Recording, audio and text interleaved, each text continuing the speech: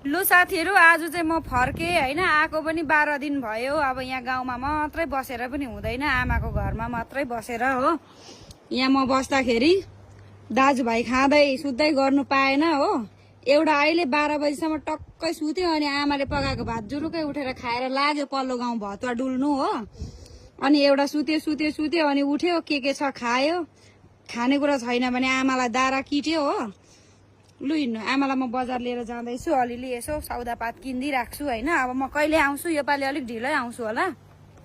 ल बाबा बस्नु ल, म गएको। दारी काट्ने बेला भइगयो बाबाको। यत्रो दिन बस्दै हो, के गर्नु अब, खोइ त। अब म कहिले आउँछु, अब खोइ हेरौँ। योपालि त म हस्पिटल जानु छ, उता दिल्ली हो, हैदराबाद हस्पिटल जानु छ। अब आउँदा ढिलो हुन्छ होला हो, कहिले आउँछु। अब के गर्नु, यस्तै छ। लु आमा आउनु, ढिलो हुन्छ, छिटो। ल साथीहरू, यस्तै हो।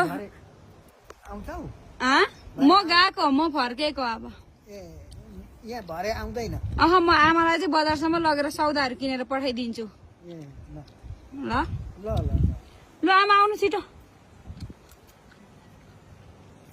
लु साथीहरू, अब फेरि घरकै कुरा माइतीकै कुरा गरे भनेर नरिसाउनुहोस्।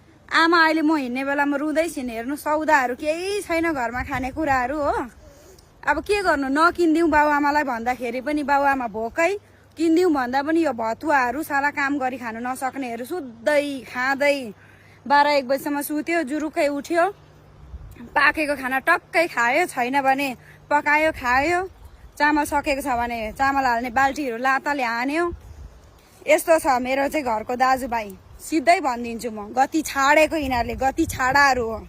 भत्वा जस्तो गाउँ डुल्यो, गाँजा गोटी खायो। यिनीहरूलाई खासमा अरू केही नभएको कि